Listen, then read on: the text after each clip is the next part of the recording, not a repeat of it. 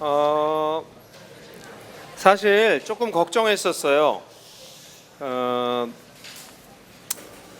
이 시간이 지금 저녁 몇 시야? 9시잖아요. 그죠? 그러니까 이렇게 하루 일과가 다 끝나갈 때고 피곤할 때고 또 제가 같이 대화를 나누는 여러분들은 고딩이고 대화가 잘 될까 그리고 여러분들이 잘 들을까 걱정을 좀 했었는데 여러분들 정말 열심히 잘 들어주셨어요. 그래서 제가 강의를 잘 할 수 있어서 너무 감사했고 고마워요. 이 시간에는 일단 여러분들이 던진 질문들, 아까 던졌던 질문들 있잖아요. 그걸 내가 대답을 길게 안 하려고 그래요. 짧게 치고 지나갈 테니까 일단 질문을 여러분들이 했으니까 뭐 지안이 어린 시절 어땠나 이런 거 나오면 이뻤다 그러고 넘어갈 거예요.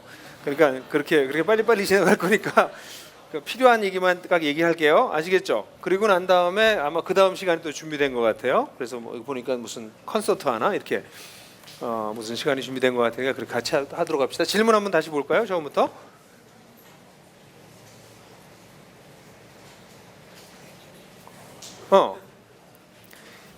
그러니까 이렇게 이제 배운 거야 기독교를. 기도는 하나님이 내 기도를 잘 안 들어주세요. 이거 뭐야? 하나님의 뜻이 아닌 기도는 아무리 기도도 안 이루어져요. 그러니까 이게 기독교가 지성이면 감천이 기도로 배운 거야. 내가 간절히 바라면 하나님께서 대답해 줄 거라고 그렇게 가르친 거예요. 그러니까 내가 쓴 책 중에서 교회 안에 거짓말이라는 책이 있어요. 믿고 기도하면 응답받아요. 이거 거짓말이에요. 믿고 기도해도 응답받지 못해요. 기독교는 그런 종교가 아니야. 그건 무당한테 가서 할 일이야. 복채 내고 기독교는 하나님의 뜻을 찾는 종교예요. 그래서 하나님의 뜻을 찾아서 그 뜻에 맞게 기도하면 그 뜻은 이루어지지만 하나님의 뜻이 아닌 건 아무리 절규하고 기도해도 하나님께서 안 움직이세요. 하나님의 뜻을 바뀐 게 성경에 서너 번 나와, 두세 번 나와. 하나님의 원래 계획을 뜻을 바꾼 게 수천 년 역사에 두세 번 있었는데 거기에 도전하시겠다고? 하지 마. 그래서 어릴 때부터 기도해도 어떤 기도는 하나님께서 듣지 않으세요. 그냥 깨진 상태에서 그냥 살도록 하신다. 예? 실망스러워도 지안이가 나한테 뭐 해달라고 밤낮 얘기해도 다 안 들어줘요.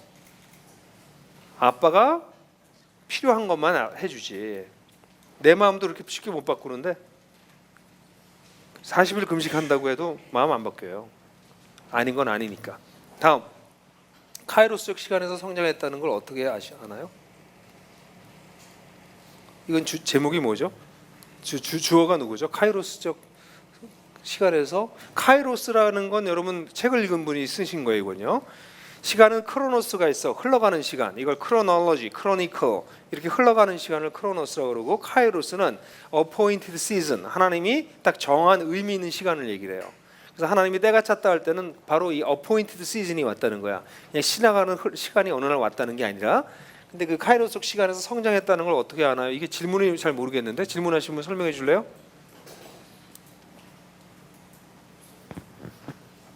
설명 안 하면 넘어갑니다.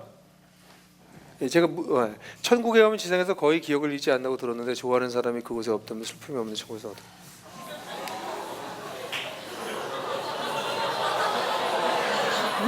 그게 문제인 것 같아. 나는 그래서 메시를 위해서 기도해. 메시가 꼭 천국에 오도록. 왜냐면 메시하고 내가 축구를 꼭 해야 되거든. 근데 천국이 뭔지 잘 몰라서 저렇게 질문하는 거예요. 하나님 나라는 우리가 들어가게 될 하나님 나라는 여러분들의 상상을 뛰어넘는 것이어서 저런 질문들이 나올 수밖에 없어요. 기억을 잃지 않는다. 잘 모르겠어 나는. 기억을 잃지 않을 거야. 그렇지만 어쩌면 우리 어린아이 때 우리가 소중하게 생각했던 게 지금 보면 너무나 유치하고 그때 그거 가지고 뭐 죽자 살자 하고 내가 했던 것들이 기억조차 나지 않는 그런 것처럼 우리가 하나님 나라에 들어가게 되면 전혀 다른 차원이었기 때문에 세상에서 살았던 거의 수준이 너무 낮아서 여기 별 관심이 다시 생길까? 약간 질문이 생겨. 완전히 다른 차원일 거예요. 그래서 이 질문은 그분한테 꼭 전도해서 꼭 같이 가도록 하세요. 자, 넘어갑시다. 하나님을 믿으면 천국에 간다고 했는데 그럼 이단은 어떻게 되나요?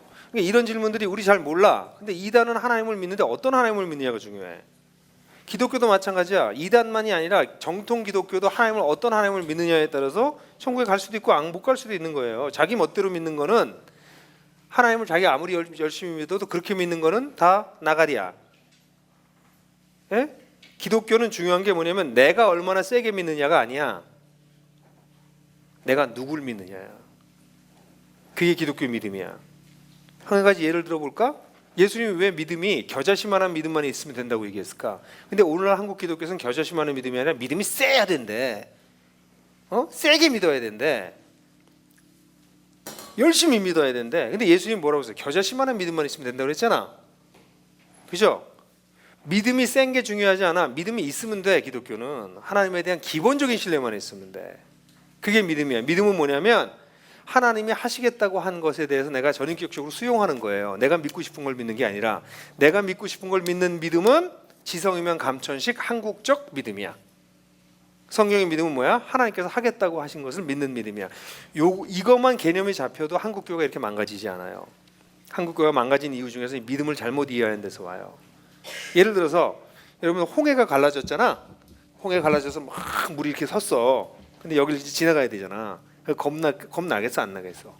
겁나지. 어떤 사람은 막 믿음으로 막 할렐루야를 부르면서 막 걸어가. 믿음이 센 거지. 근데 어떤 사람은 두려워가지고 이게 언제 물이 쏟아질지 모르잖아. 그래가지고 이게 물이 얼마나 대단했겠어. 막 물이 이거 어떻게 되나 이렇게 해서 건넜어. 둘 다 건넜나? 할렐루야를 외치면서 걷는 사람과 그리고 걷는 사람하고 둘 다 건넜나? 그만큼만 있으면 돼. 그것도 믿음이야. 뭔 줄 알아요? 믿음은 진리를 믿는 거지 내가 얼마나 세게 믿느냐는 정신수양이나 자기 결단이나 이런 게 아니라는 거야. 오케이? 다음. 지금 시대에 본받지 말아야 할 세상 문화는 무엇이며 본받지 않는다는 것은 무엇을 의미해요? 아까 얘기한 거 한마디로 딱 얘기하면 God-centered, God-honoring 하지 않은 것들은 다 세상 문화예요. 그게 아무리 착하고 선해도 하나님 중심이 아니라 하나님을 honoring하지 않는 것들은 세상 문화야. 아주 단순하게 얘기했지만 내가 하는 일 세상에 어떤 것이 God honoring 하나 이렇게 보세요. 예를 들어서 어떤 영화가 나왔어. 근데 그 영화가 God honoring 하나님을 안 믿는 사람이 만들었어. 그럼 전부 다 보지 말아야 돼? 아니야. 그게 하나님께서 만드신 세상의 일반적인 진리를 드러내. 사람이 서로 사랑하는 것이 중요하고 정의가 실현되어야 된다는 것을 얘기하고 잘못된 것은 심판받아야 된다는 것과 세상의 죄가 인간을 얼마나 망가뜨렸는지 뭐 이런 것들을 보여주는 영화야. 그럼 그 영화가 막 참혹해. 그래도 그 영화는 성서적인 하나님을 어너링하는 거야. 간접적으로 하나님 없는 세상이 이렇게 비참하다 라는 걸 보여준다면 어떤 영화는 굉장히 God honoring 하는 거예요. 하나님 얘기를 하나도 안 해도.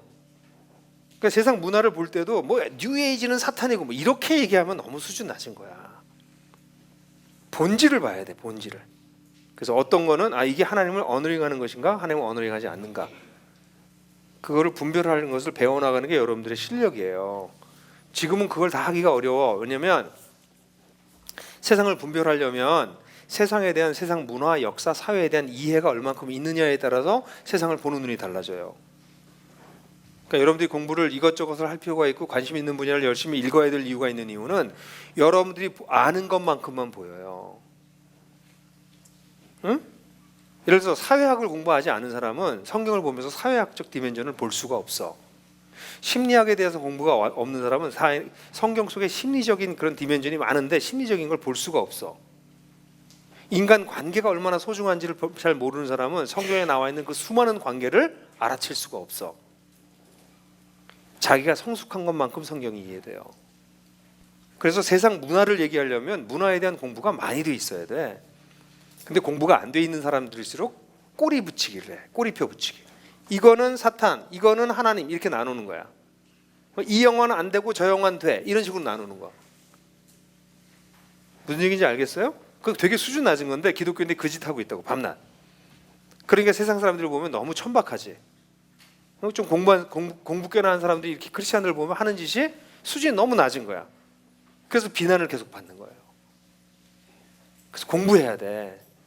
오케이? 다음.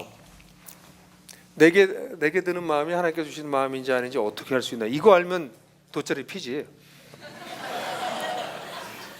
내게 드는 마음이 하나님의 마음인지 아닌지를 분별할 줄 아는 게 영적 성숙이에요.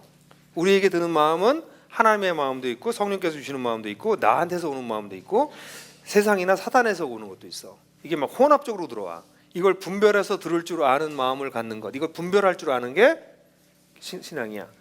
그래서 기독교의 신앙의 가장 높은 수준은 뭐냐면 discernment가 있는 거예요. 그래서 빌립보서에서 사도 바울이 얘기하기를 너희가 지극히 선한 것을 분별할 줄 알며, 그냥 선한 게 아니라 가장 선한 것을 분별할 줄 알게 되는 것. 그게 크리스천이에요. 그러니까 크리스천이 성숙했다는 것은 막 이렇게 해서 막 뭐 기적을 일으키고 뭐 이렇게 네 죄를 알고 내가 막 이건 다 무당들이 하는 거고, 기독교에는 어떤 상황에서 하나님의 뜻을 가장 선하신 하나님의 뜻을 분별해낼 줄 아는 사람이 가장 성숙한 사람이에요. 그게 성경에서 가르치는 바야. 근데 무당의 영향을 받으면 막 귀신 내쫓고 예언하고 뭐 이런 게 사람이 영적인 걸로 배워요. 아니야. 절대 아니야. 기독교는 그런 종교가 아니에요. 다음, 믿지 않는 친척들을 위해서 믿는 저희 가정이 할 수 있는 건 무엇일까요? 그들을 위해서 어떻게 기도? 그들이 회심할 수 있기 위해서 열심히 기도하고 그 믿지 않는 가정을 위해서 예수 믿으라고 얘기하지 말고 열심히 사랑해야 돼요. 믿지 않는 가족들, 여러분들 가족은 다 예수 믿는데 믿지 않는 가족에게 기독교를 강요하지 마세요. 강요한다고 예수 믿지 않아 절대로. 근데 여러분들이 잘 살면, 그리고 그들을 정말 사랑하면 그 사람들이 궁금해. 왜 너희는 우리랑 다르냐, 너희 사는 게. 근데 우리 집은 밤낮 싸우고 믿지 않는 가정은 화목해.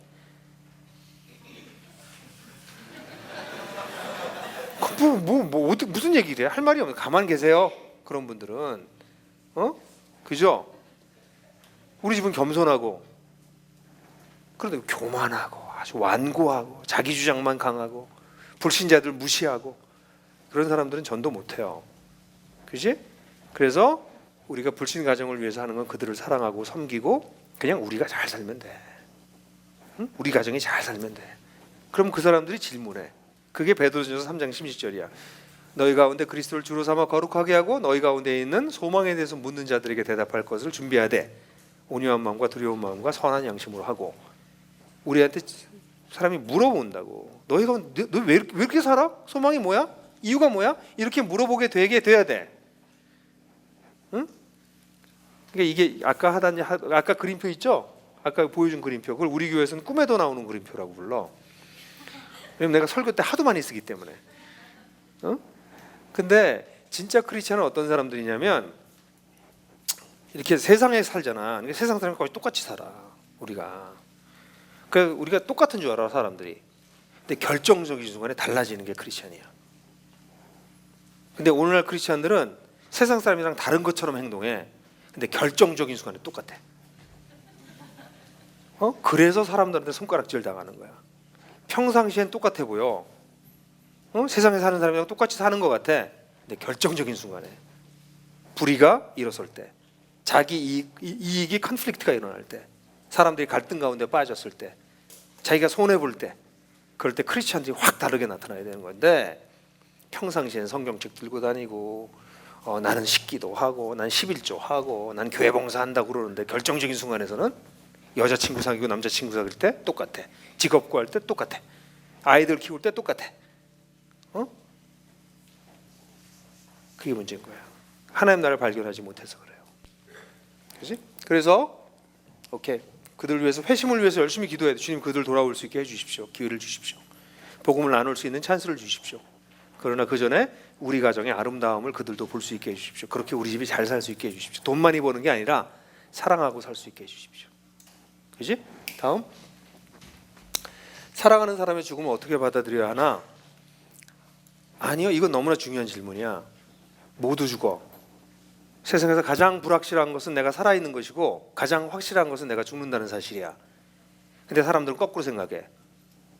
내가 살아있는 것이 가장 확실하고 내가 죽는 걸 가장 불확실하게 생각해. 기독교는 죽음을 직접 대면하는 종교예요. 여러분이 어려도 죽음을 벌써 경험했다면 나쁘지 않은 거야. 왜냐하면 전도서에 보면 어리석은 자의 마음은 잔치집에 있으나 지혜로운 자의 마음은 초상집에 있느니라. 어리석은 사람들일수록 세상에서 잔치하고 살고 싶어해. 근데 세상은 잔치할 곳이 못 돼. 왜? 하나님이 안 계셔. 여기 하나님 무시하는 세상이야. 악이 관영하는 세상이야. 여기서 잔치하려면 누군가 피눈물을 흘리게 해야 돼. 어쩔 수 없어. 세상에 차고 넘쳐서 내가 많이 가져도 딴 사람들도 많이 가질 수 있는 게 아니야. 내가 많이 가지면 누군가 적게 갖게 돼 있어. 그죠? 그게 우리가 사는 세상이야. 그래서 그리스도인들은 잔치하는 마음으로 사는 게 아니라 초상집에서 살아야 돼. 그런 마음으로. 이 깨지고 상한 세상에 슬픔을 가지고 사는 건데, 여러분이 아직 어려서 내가 그렇게 살아라라고 얘기를 지금 못하겠지만, 근데 세상을 잘 들여다보면 고통뿐이야. 여러분들도 고통 있지 않아요? 여러분들도 가정 가운데 고통 있는 사람들 많을 거야. 말을 안 해도. 그게 우리 사는 세상이야. 그래서 죽음은 언제든지 나한테 다가오는 거예요. 왜? 하나님을 떠난 세상이기 때문에 추락하고 있는 건데, 어떤 비행기는 빨리 추락하고 어떤 비행기는 천천히 추락하는 거야. 그죠? 그래서 죽음에 대해서 생각을 깊이 할수록 사람들의 인생이 선명해져. 죽음을 생각을 안 하면 안 할수록 인생이 불투명해져. 언제 죽을지 모르니까. 중요한 질문이네. 이 사랑한 사람의 죽음을, 그 잃은 것에 대해서 그 슬퍼하는 마음을 내가 같이 좀 공유하고 그랬으면 좋겠는데, 그게 정상인데 지금 시간이 없어요. 답만 해야 되니까. 이런 질문은 여기서 스톱하고 그 사람한테 누가 돌아가셨니? 물어보고, 그게 얼마나 힘드니? 얼마나 아팠니? 그 얘기 해야 돼. 그래서 크리스찬들이 뭐 하는 사람이야? 슬퍼하는 자들과 함께 울고 기뻐하는 자들과 함께 기뻐하는 게 크리스찬이야. 그거 할 줄 아는 사람들, 눈물을 흘릴 줄 아는 사람들. 그지? 다음. 이 세상 살아가면서 진정한 정체성을 어떻게 찾는가? 정체성이라 셀프 아이덴티티라고 하는 거는, 자기 정체성이라고 하는 거는 결국은 사람이 뭔가 밖에서 레퍼런스가 있어야지만 얻을 수 있어. 그걸 프레임 오브 레퍼런스라고 하기도 하고 레퍼런스 포인트라고 돼요. 준거 틀이 있어야 돼. 내가 누군지를 알려면 밖에 뭐랑 비교해봐서 알 수 있거든. 그래서 사람들은 자기 정체성을 다른 사람이랑 비교하면서 해요. 쟤보다 내가 이쁜가 안 이쁜가, 쟤보다 내가 공부를 잘하나 못하나, 쟤보다 내가 돈을 더 가졌나 덜 가졌나. 그래서 자기 정체성을 갖춰. 근데 이런 정체성은 건강하지 못한, 하나님이 없는 사람이 갖는 정체성이에요. 우리는 정체성을 어디서 가져? 그리스도 안에서. 우리가 하나님 나라에 들어가게 되면 성경에서는 그것을 in Christ, 그리스도 안에 들어갔다고 얘기해요. 그리스도를 뭐로 바꿔 읽으라고? 메시아로 바꿔 읽으라고. 우리는 메시아에 속한 사람들이야. 자기 정체성을 메시아 안에 있는 존재로 발견하기 시작할 때 여러분들은 스트롱해져요. 세상이랑 난 비교 안 해. 나는 내가 그리스도 안에 있는 독특한 존재야. 이게 정체성을 형성할 수 있도록 하는 게 신앙생활의 굉장히 중요한 요소예요. 그러니까 이건 말로 하는 게 아니라 진짜 그렇게 생각하는 거야. 아, 나는 그리스도 안에서 하나님께서 완전히 나를 받아들여 주신 존재다. 하나님 나 완벽하게 수용하셨다. 나 아무 짓 안 해도 하나님께서 나 기뻐하신다. 내가 하나님 기쁘시게 하기 위해서 애쓰지 않아도 된다. 근데 기독교에서, 교회에서 자꾸 그거 가르쳐. 이렇게 해야 하나님 기쁘시게 한다고. 아니야, 아무것도 안 해도 하나님 슬퍼하지 않으셔. 그냥 우리를 좋아하셔. 있는 그대로. 우리를 특별한 존재로 만드셨어요. 아주 독특한 존재. 그러니까 내가 그렇게 독특한 존재인 줄 알면 옆에 사람도 독특하게 느껴져. 응? 여러분들 되게 피곤하잖아 지금, 그죠? 나도 되게 피곤해. 오늘 하루 종일 일했거든 나도. 근데 내가 이렇게 열심히 여러분들 얘기하는 이유가 뭔지 알아요? 여러분들 하나하나가 너무 소중한 사람이어서 그래. 하나님 여러분들 하나하나를 굉장히 소중하게 여기셔. 여러분 한 사람이 인생이 바뀌면 영향력이 엄청나. 근데 여러분 한 사람이 인생을 스크로우업하면, 망가뜨리기 시작하면 여러분을 위해서 수많은 사람이 같이 망가져. 우린 그런 사람이야. 그렇게 소중한 사람이야. 응?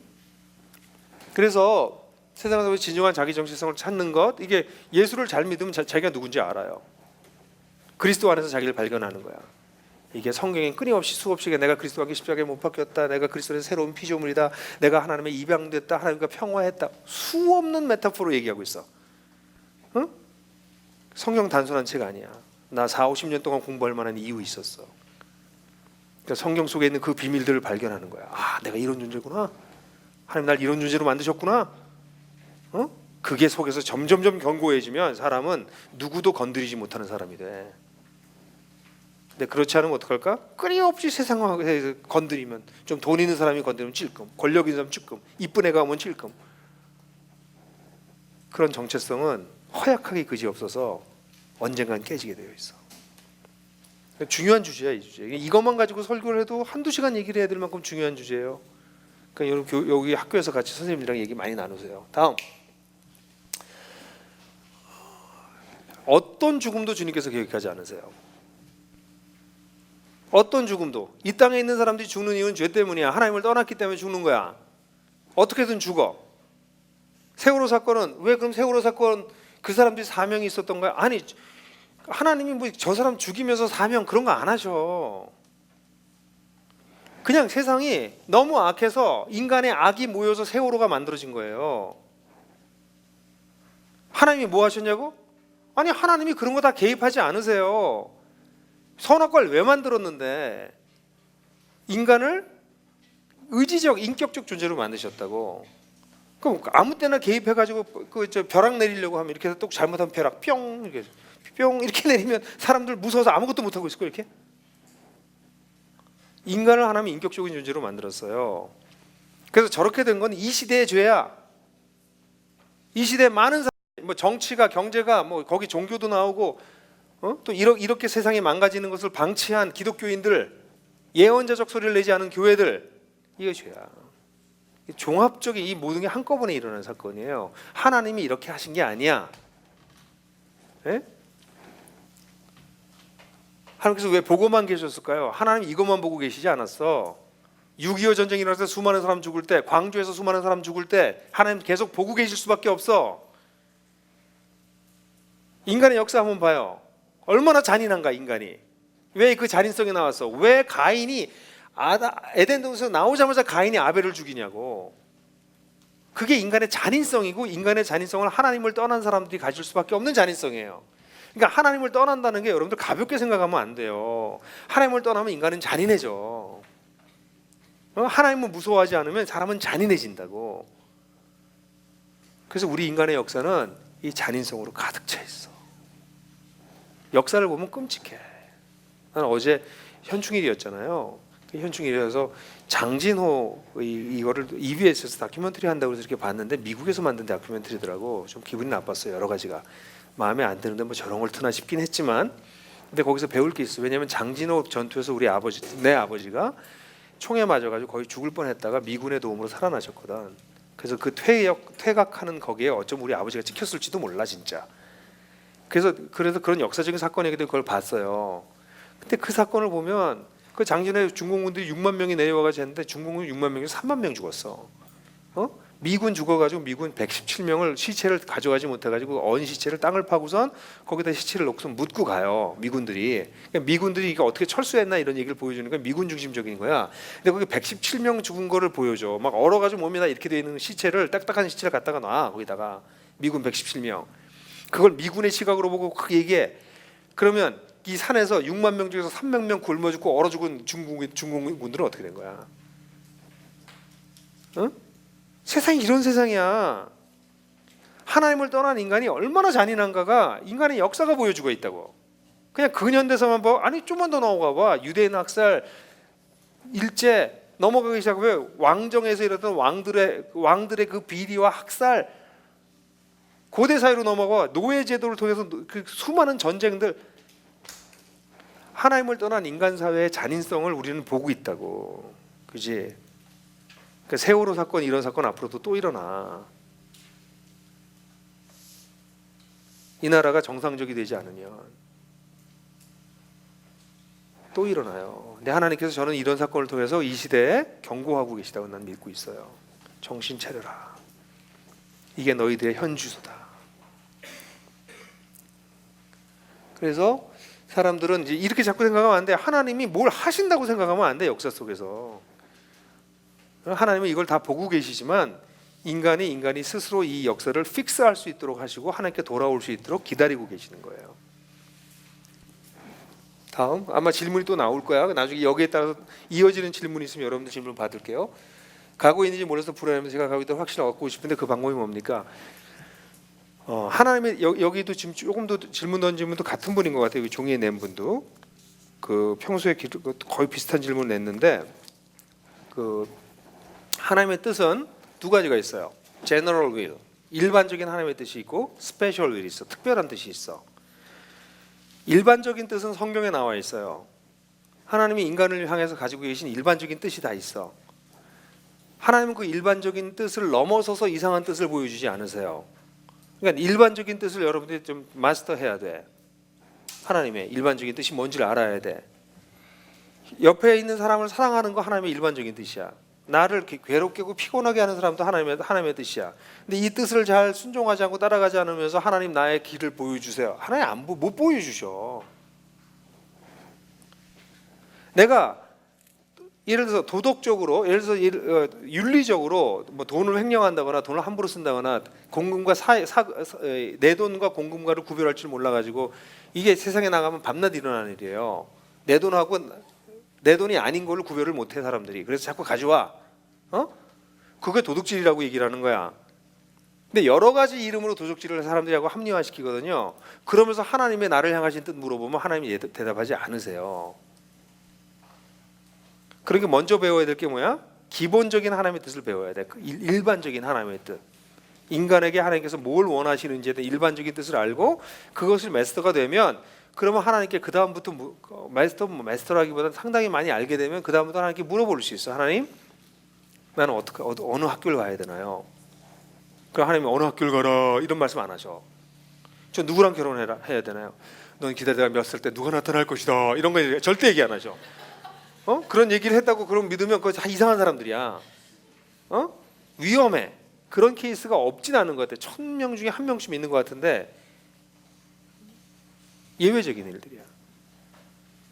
그래서 하나님은 우리가 이렇게 일반적인 뜻을 알고 하나님의 뜻에 마음을 열기 시작할 때 그 다음부터 초자연적으로 하나님이 우리를 인도하기 시작하세요.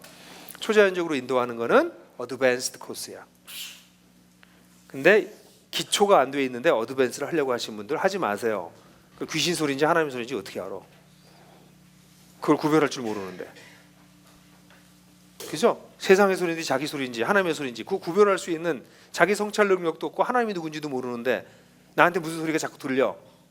아픈 거야. 근데 한국에서는 그렇게 이상한 소리 듣는 사람을 예언자라고 하고 얼마 전에 또 12월에 전쟁 난다고 그래가지고 그 사람 예언 막 유튜브에 돌아다니고 그래가지고 뭐 한 교회가 베트남으로 다 이주하고 별짓을 다 해요. 딱 이렇게 보니까 아프더구만. 그냥 아픈 여자야. 그게 무슨 예언자야. 근데 그걸 구별을 못하는 거야. 신적인 소리를 하면 이게 영적으로 생각해. 왜 그럴까? 한국이 샤머니즘이 강해서 그래. 무당적 요소가 강하면 그게 신으로 느껴지는 거야. 그런 게 분별이 안 되는 거야. 그러니까 어쨌든 자기 길을 불안해하지 마세요. 그 처음에는 어떻게 돼? 이렇게 넓게 가야 돼 길을.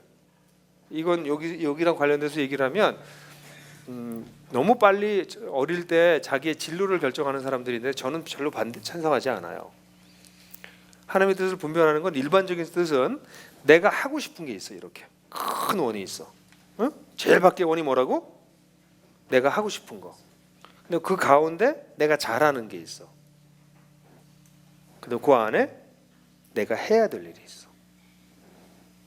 인생을 살면서 내가 하고 싶은 거에서 내가 잘하는 걸로 그리고 내가 해야 되는 일로 이렇게 줄여들면 그럼 굉장히 잘 사는 거야.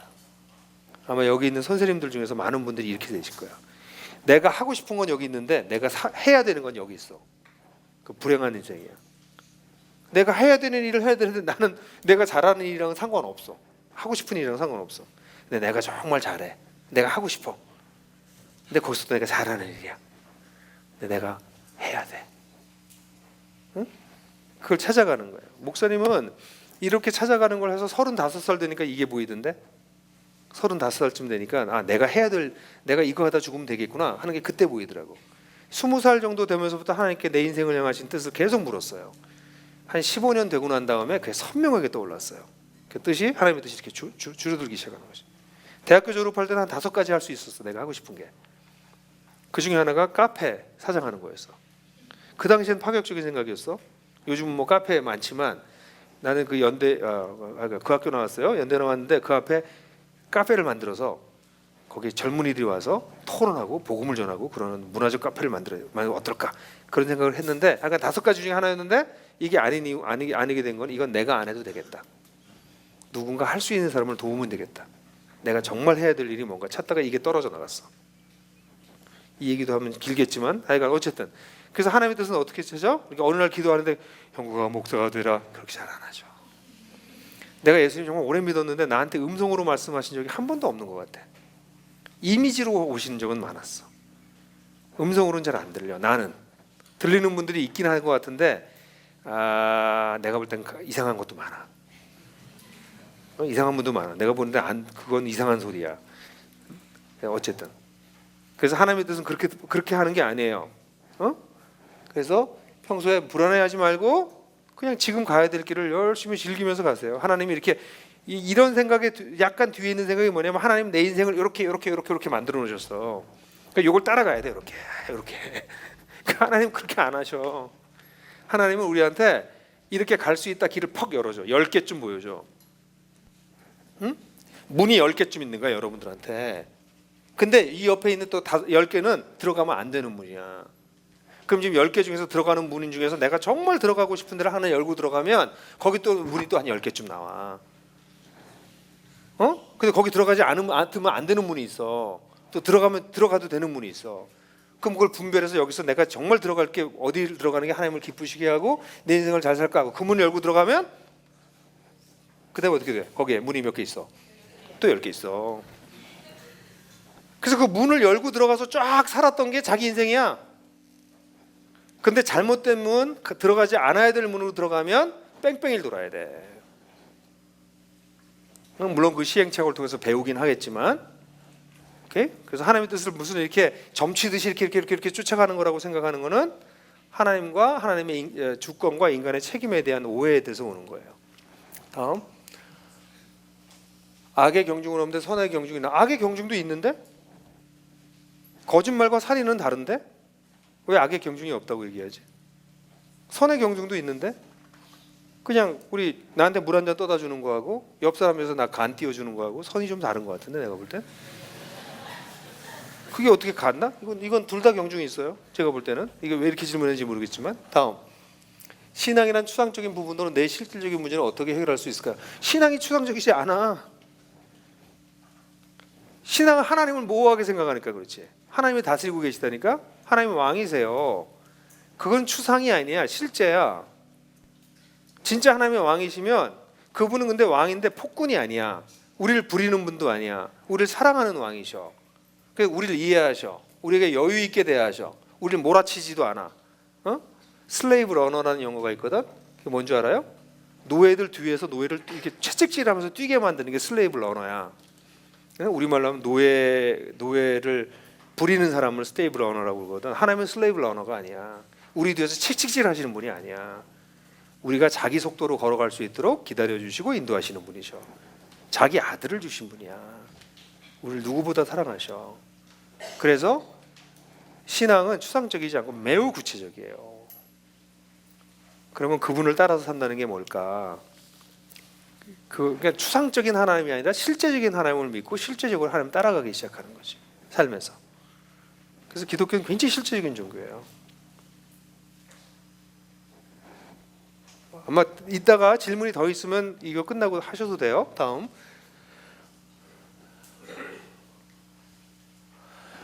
이게 이제 예정론에 대한 질문들인데 이렇게 생각하면 돼요. 굉장히 어려운 주제인데 그냥 짧게 얘기할게요. 이것도 신학자에 따라서 뷰가 좀 달라요. 이런저런 뷰가 있긴 한데 그냥 제가 이해하고 있는 걸 얘기할게요. 하나님의 차원과 우리의 차원이 너무 달라서 인간의 주권이 100%고 하나님의 주권이 100%야. 이걸 컴패러빌리즘이라고 그래요. 호환주의라고 그래. 신학적으로는. 그게 뭐냐면 이게 하나님의 다 주권이면 인간이 뭘 정해도 다 정한 거 아니야 하나님이. 그럼 내가 다 determined 결정된 거 아니에요. 이렇게 얘기를 하는 거예요. 하나님의 주권을 강력하게 얘기하는 사람들은.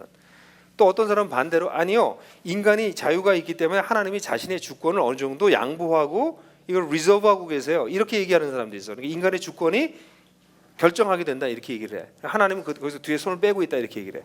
근데 둘 다 성경에서 그렇게 얘기하고 있지 않는 것 같아요. 성경에서는 하나님이 완벽한 주권을 가지고 계시고 그리고 인간에게 책임을 물으세요. 그러니까 차원이 다른 거야. 우리가 4차원에서 살면 하나님 5차원이야.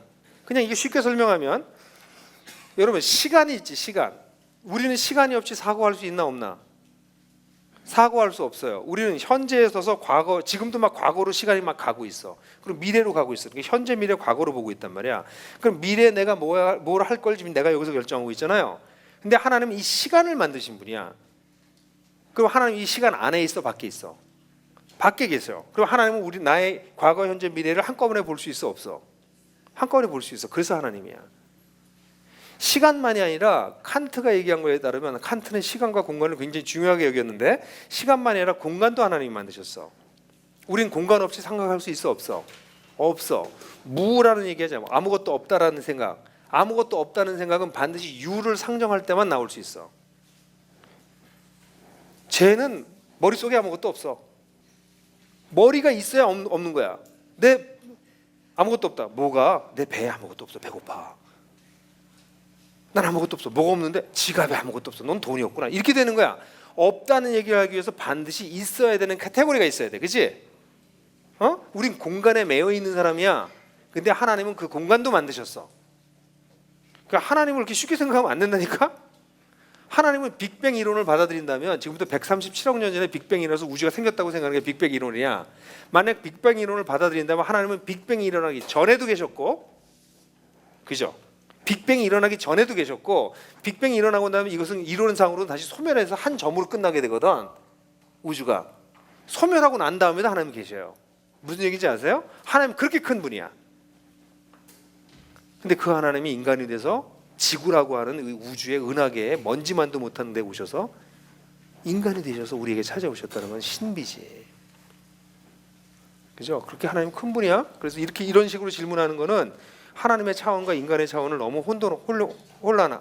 혼돈한 데서 나오는 질문일 수밖에 없고, 많은 사람이 이렇게 질문해요. 여러분만 아니라 대학생들도 이렇게 질문하고 어른들도 이렇게 질문하고 철학 공부한 사람들도 질문해.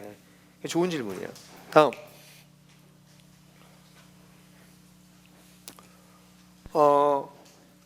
이건 믿음이야.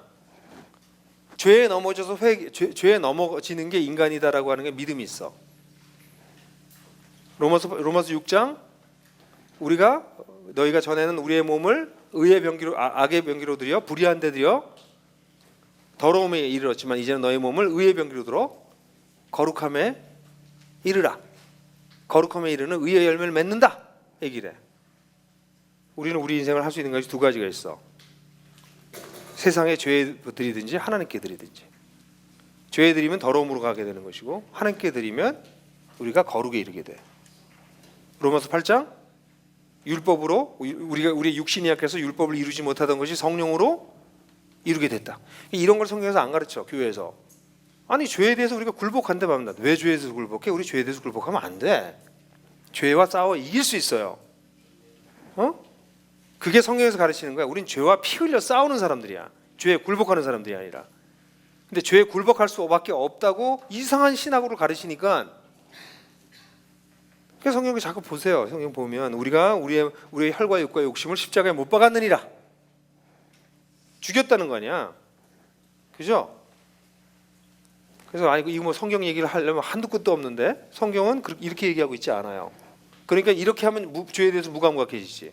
죄 졌다 회개하고 죄다 이거 하면 무감각해지지 당연히. 이건 하나님이 원하시는 게 아니에요. 이건 기독교를 잘못 이해했기 때문에 나오는 거야. 그러니까 지금 여러분들이 질문한 많은 질문들이 베이스가 잘못된 데서 던져지는 질문이라는 걸 느끼지 않으세요? 하나님 나라를 이해하지 않고 아까 얘기했던 십자가 하나 믿고선 죽으면 천당 가는 걸로 이해하고 있으면 이런 질문이 나올 수밖에 없는 거야. 그죠? 다시 다음번. 구원의 확신은 언제 갖게 되죠? 그걸 모를 수도 있나요? 모를 수도 있어요. 근데 구원의 확신은 내가 구원받았다는 확신이 아니에요. 구원받았다는 확신이 아니라 구원받을 거라는 확신이야.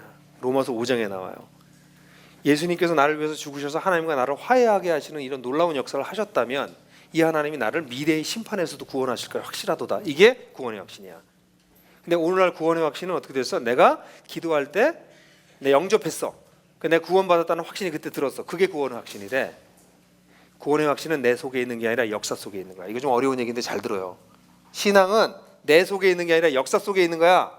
하나님께서 나 같은 자를 위해서 예수께서 십자가에 돌아가시도록 하셔서 나랑 화해하셨다면, 그런 놀라운 일을 역사 속에 하셨다면 내가 미래에 올 심판에서 나를 구원하실 것이 확실하시도다. 이게 로마서 5장에 나오는 얘기야. 이게 구원의 확신이야. 근데 구원의 확신을 잘못 배워가지고 어느 날 밤 울고 기도했으면, 내가 내 죄를 사함 받았다고 울고 기도하면 그게 내 구원의 확신이 생겼다고 얘기하는 거는 기독교를 자기 확신의 종교로 평가절하시킨 거야. 이거 너무 어려운 얘기인데 들을 게 있는 자는 들을지어다. 기독교는 자기 확신의 종교가 아니야. 내 밖에 있는 진리에 대한 얘기야. 응? 근데 자기 속에 그게 있다 보니까 구원의 확신이 있나 없나, 내 속에 있나 없나 밤낮 이거 보고 있는 거야. 근데 하나님이 인간의 역사 속에 오셔서 나를 위해서, 십자가에서 나를 위해서 돌아가셨다라는 역사적 사건을 일으키셨어. 그때 나를 사랑하셨어. 나를 사랑을 선포하셨어. 나 그거 믿는 거야. 그러니까 내 느낌이 하나님 나 사랑하는 느낌이 없을 때도 하나님 나 사랑하시나? 당연하지. 하나님의 사랑은 변개치 않아요. 오케이? 그래서 구원의 확신 잘못 배우고 있다는 거야. 구원의 확신도. 그래서 이거 다시 우리가 바로 잡아야 돼. 하나님께서 당신의 아들을 희생시키면서까지 인류를 구원하시고 나를 그 속에 포함시키셨다면 미래에 심판이 이를 때도 나를 구원하실 것이다. 그걸 믿는 거예요. 다음. 하지 마세요. 벅차면 쉬어. 줄여. 너무 오버한 거야. 좋은 사인이야. 벅차다고 느끼면 이거 아직 내가 깜냥이 안 되구나 이렇게 생각해야 돼. 하나님의 일은 열심을 가지고 하는 게 아니라 실력 가지고 하는 거야. 실력이 쌓여야 되는 거예요. 벅차. 쉬세요. 줄여. 그런데 실력이 늘려면 약간씩 벅차게 가야 돼. 그치? 내가 어릴 때 우리 아버지가 수영을 가르쳐 주시겠다고, 내가 수영을 하면 개형으로 5m밖에 못 가거든. 5m 앞에 쓰셔가지고는 오래. 그럼 갔잖아. 근데 이 아버님이 어떻게 하냐면 가만히 안 계셔. 쓱 천천히 뒤로 가. 그래서 내가 한 6m, 7m 가도 내가 억지로 간다고. 근데 아버지가 여기서 내가 5m밖에 못 가는데 10m밖에 서 있으면 빠지지 내가. 그지?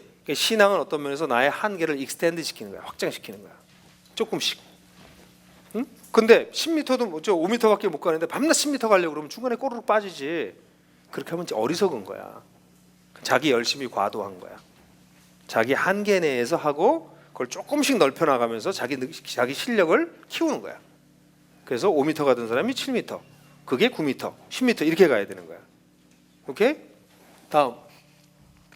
네, 이뻤어요. 이건 이따가 얘기하도록 하고. 네.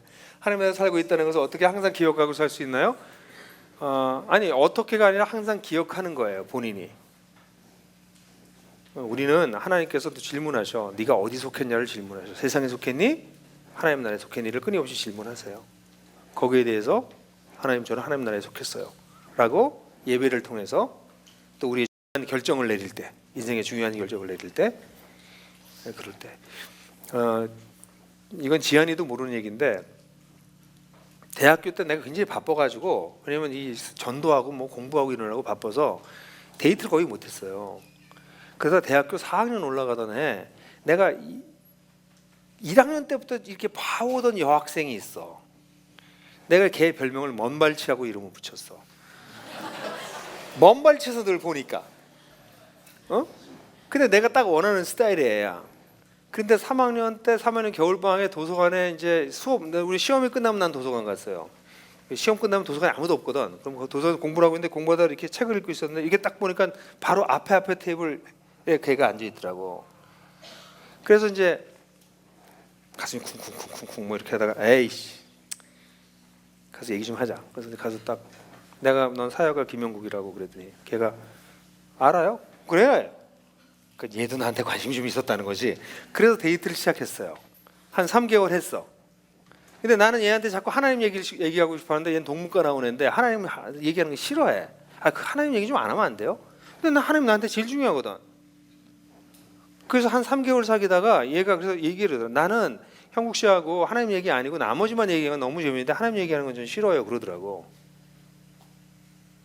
그래서 내가 그 다음날 걔 만나서 이제 그만 사귀자. 나는 하나님이 나한테 너무 중요하기 때문에 하나님 얘기 안 하고 나는 살 수 없는 사람이다.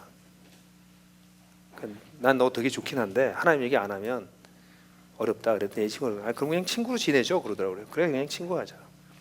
그리고 집에 왔는데 되게 슬프더라고.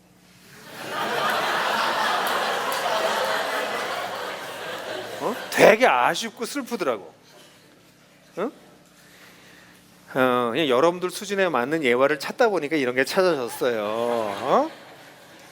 근데 그런 결정을 내리면서 내가 하나님께 속했다는 걸 확인하는 거야. 난 저 여자애가 너무 이쁘고 너무 마음에 들고 3년 동안 봐온 애지만 얘가 하나님을 안 따르고 하나님 관심 없어요. 그럼 난 얘랑 애인이 될 수는 없어. 그건 내가 결정하는 거야. 왜냐면 난 하나님 나라에 속했으니까. 그런 결정을 인생에 끊임없이 내리는 거야. 그래야 엄청난 유혹이 와도 유혹을 치고 나가든지 이게 되지. 평상시에 안 하는데 큰 유혹이 떨어지면 홀가닥 넘어가지 뭐. 그렇지? 그래서 어떻게 기억할 수 있냐? 항상 기억하고 있나요? 아침에 예배하고 큐티하고 하나님 바라보고 하나님 사랑하고 또 인생의 중요한 결정을 낼 때 하나님의 뜻을 따라 결정하고 그러면서 그것을 기억하고 살아가는 거예요. 다음. 청소년의 부르심은 부모를 잘 섬기는 거예요. 청소년의 부르심 뭐 이렇게 딱 말할 수는 없지만 청소년 때 과업은 균형 있게 성장할 수 있는 기초를 마련하는 거야. 여러분들은 지금 성장하고 있잖아요. 근데 성장해야 될 영역이 균형 있게 자리 잡혀야 돼. 그래서 여러분들 성장이 언제쯤 끝나냐면 기본적인 성장이 언제쯤 끝나냐면 30살 되기 전에 대강 끝나. 그러니까 지금부터 30살 될 때까지가 아주 중요해. 그래서 나는 이렇게 표현해요. 청소년의 때는 일종의 시멘트하고 이게 사람을 이게 물질로 비교해서 미안해. 시멘트하고 모래를 섞어 놓는 때야. 그리고 대학교를 가게 되면 뭐 대학을 다 가야 되는 건 아니지만 어쨌든 20대 초반이 되면 이걸 물을 넣어서 개는 거예요. 그래서 20대 중반이 되면 틀을 짜서 그 틀에다 그걸 집어넣는 거야. 그래서 30대쯤 되면 이게 굳어요. 모양이 만들어져.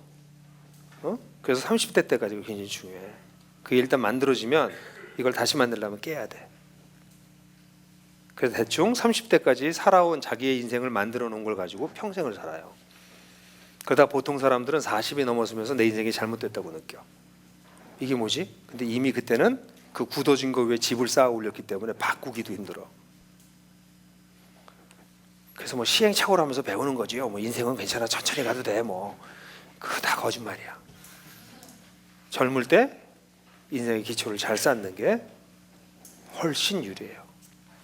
그래서 청소년의 부르심, 인생을 균형 있게 잡아야 되는데 그러려면 하나님을 정말 잘 믿으면 돼. 제대로 엉터리 같이 믿으면 안 되고 하나님을 잘 믿으면 균형 있는 기초가 쌓여져요. 다음. 네, 그 몸과 정신은 한꺼번에 섞여 있어서 공간에다 정신을 집어넣을 수는 없지. 믿음은 정신적 활동이야. 그죠? 그러니까 저 질문 자체가 물리학적인 어떤 거 가지고 설명하려고 했지만 몸 속에 정신이 들어오는 것은 정신이 우리 속에 이 공간으로 점유되는 건 아니에요. 몸과 정신은 같이 분리할 수도 있는 것도 아니야. 개념적으로 분리시켰을 뿐이지.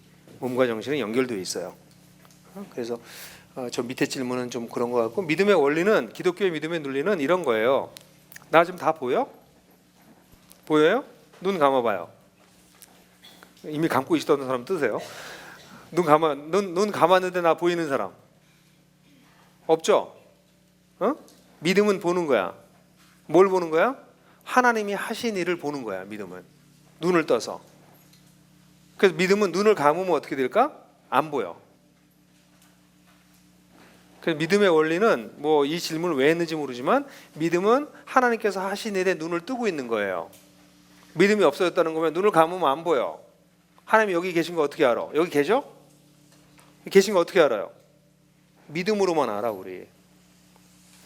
여기 하나님이 계신 게 막 느껴지는 분들은 그게 정말 그런 영성이 깊어져서 하나님이 임재하고 있는 걸 느낄 수도 있어. 근데 그런 것은 정말 영적으로 깊어졌을 때 일어나는 일들이고 늘 일어나는 것도 아니야. 근데 그게 막 늘 느껴진다. 그럼 좀 아플 수 있어. 그러니까 이게 굉장히 조심해서 봐야 되는 거예요. 그래서 우리의 믿음은 뭐야? 하나님이 여기 계시다고 믿는 거야. 근데 여러분들이 찬양할 때 딴짓하고 있다, 그럼 무시하는 거야 하나님. 그러니까 그럴 바에 나가. 여기 있지 마. 잘 들어. 예배 안 드릴 거면 여기서 괜히 하나님 기분 나쁘게 하지 말고 밖에 나가.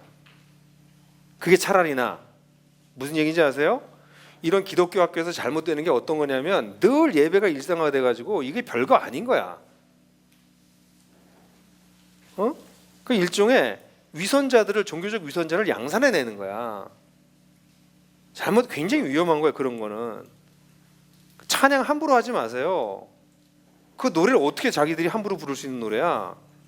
얼마나 어마무시한 노래를 부르고 있는데, 그 어떤 노래 하다가는 노래를 멈춰야 돼. 이 노래 내가 부를 수가 없구나. 하나님 죄송해요. 이 노래 제가 부를 수가 없네요. 그리고 회개해야 돼. 근데 그 어마무시한 노래를 막 함부로 해야 되는 거야. 그럼 어떤 일이 벌어지는 줄 알아요? 종교적 세팅에서 늘 그래. 교회 가면 늘 그렇게 해. 그거 다 잊어버리고 밖에서는 딴짓해. 위험한 거야.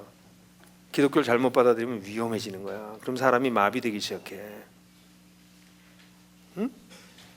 그래서 믿음이라는 건 뭐라고? 하나님 여기 계신 걸 정말 믿는 거예요. 그죠? 믿음이 없으면 안 보여. 근데 우리 주님이 다시 오시잖아. 그때 믿음이 필요 없어. 하나님이 보여. 그땐 믿음이 사라져. 하나님의 임재를 볼 수 있어. 그래서 그 구약에 보면 이런 말이 있잖아요. 여러분들 찬양할 때 물이 바다 덮음 같이 온 세상 물이 하나님을 아는 지식이 온 세상에 가득하리라. 그런 얘기 나오는 거 봤죠? 생각나요? 그러니까 어디를 봐도 하나님이 보이는 거예요. 그날이 와. 지금 날 보면서 하나님의 형상이 보여져? 아, 대답하지 마. 안 보이겠지. 내가 예수님 한참 믿었는데 아직 이게 안 떠. 이게 좀 떴으면 좋겠는데 안 떠. 하나님이 안 보여 우리 서로가. 근데 내가 하나님의 형상으로 지음바 받았다고 여러분들은 믿음으로 고백하는 거야. 나도 교장 선생님이 존경스럽지만 하나님의 모습이 안 보여요. 근데 믿음으로 하나님의 형상으로 지음받았다고 우리가 고백하는 거야. 근데 그날에는 우리 교장 선생님 보면 하나님이 보이는 거야. 하나님의 영광이 보이는 거야. 와우, 대단한 날이 올 거야. 어디를 봐도 하나님의 영광이 막 우리의 숨을 막 막히게. 이 사람들이 이게 흥분을 안 하는구만. 내가 수영을 되게 좋아하거든요. 근데 수영을 깊은 바다에 가서 수영하는 걸 좋아해. 그러면 이렇게 깊은 바다에 가가지고 그 물속에 들어가요. 그 물이 차가워. 어떤 데 위험하니까 조심하긴 해야 되지만 물속에 들어가서 이렇게 딱 이렇게 약간의 무중력이 되잖아. 이렇게 딱 있으면 온통 물이야. 그 무중력이 되니까 이제 여러분도 수영하는 사람 해볼 수 있겠죠. 뭐 이렇게 뒤집고 별짓 다 하거든 거기서. 이렇게 뭐 이게 다 되거든 이게. 그럼 어디를 봐도 물만 보여. 근데 내가 그 짓을 왜 하는 줄 알아? 그게 예언서를 기억해서 그래. 물이 바다 덮음 같이 온 세상에 하나님을 아는 지식이 가득하게 되리라. 그날에 내가 보이는 게 다 하나님밖에 안 보이겠구나. 대단하지 않냐? 지금 우리가 믿음으로 고백해야 돼. 여기 하나님 계신 거. 하나님 느끼고 싶은데 느낌이 늘 오지 않아. 기도하다 가끔씩 하나님의 강력한 임재를 경험해서 정말 전율할 때도 있지만 그게 늘 있는 게 아니라고. 그렇지? 늘 있지 않아요. 늘 있는 척 하는 사람도 이상한 거야. 하나님의 임재는 그분께서 하시는 거지 내가 끌어다 쓰는 게 아니야. 자, 오케이, 임재, come here. 잠깐 갔다 오세요. 이게 아니야. 약간 그런 식으로 하는 사람도 웃기는 거야. 하나님은 그렇게 안 해. 그리고 내가 기대하지도 않을 때 하나님의 임재가 확 닥쳐올 때도 있고. 그건 하나님 마음대로 하는 거야. 그래서 믿음의 원리 되게 중요한 거야. 믿음은 내 밖에 있는 거고, 믿음은 하나님께서 약속하신 것에 눈을 여는 거예요. 오케이? 다음. 이거 얘기 너무 말다. 그래. 늦게 오를 때 두려울 때 극복하기 어려운 거, 이거 기도로 푸는 건데요. 성경에서 제일 많이 나오는 명령어가 뭘까? 두려워하지 말라가 제일 많아. 왜일까? 두려워하지 말라의 반대는 뭐야? 나를 신뢰하라야. 내 속에 두려움이 있다는 건 하나님을 신뢰하지 않는다는 거예요. 기도할 때 우리가 해야 될 기독교의 기도 중에서 아주 중요한 거는 자기 속에 두려움이 있을 때 그 두려움을 하나님 앞에서 태워버리는 거예요. 근데 이런 걸 가르치질 않아. 그러면 어떻게 될까? 두려움으로 더 소리 지르고 기도해. 그럼 사람들이 옆에서 볼 때 오 저렇게 세게 기도하고 열심히 기도하니 믿음이 좋네? 아니 믿음이 없어서 그렇게 기도하는 거야. 응? 이건 뭐 내가 너무 어려운 주제들을 중요한 주제를 막 치고 지나가서 미안하긴 한데 두려움을 태워버리고 나면 하나님 앞에 나아가는 것을 가로막는 것들이 사라져요. 그때 하나님 품에 안길 수 있는 거야.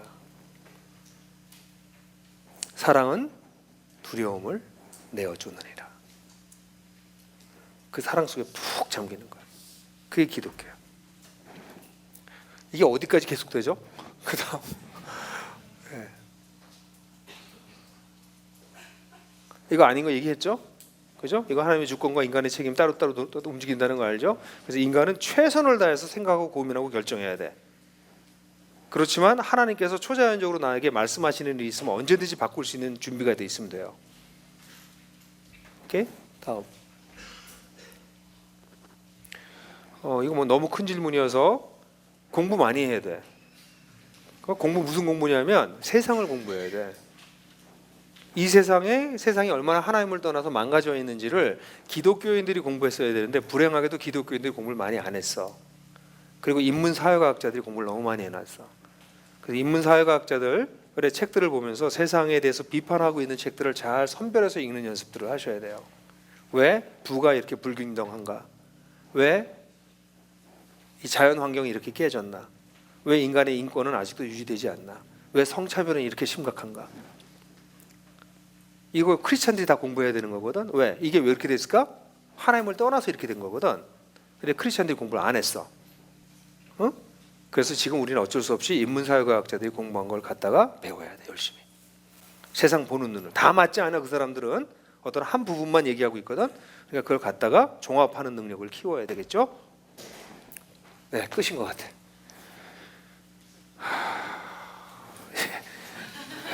너무 많이 얘기한 거 아니에요? 예. 질문을 받을 수 있는 시간은 없을 것 같은데요. 선생님 다음번 네? 네, 질문 받아요? 어떡하죠? 네, 이제 선생님 나오셔서 나머지 아마 뒷시간 조금 짧게 아마 뒷마무리하는 시간이 있는 것 같아요.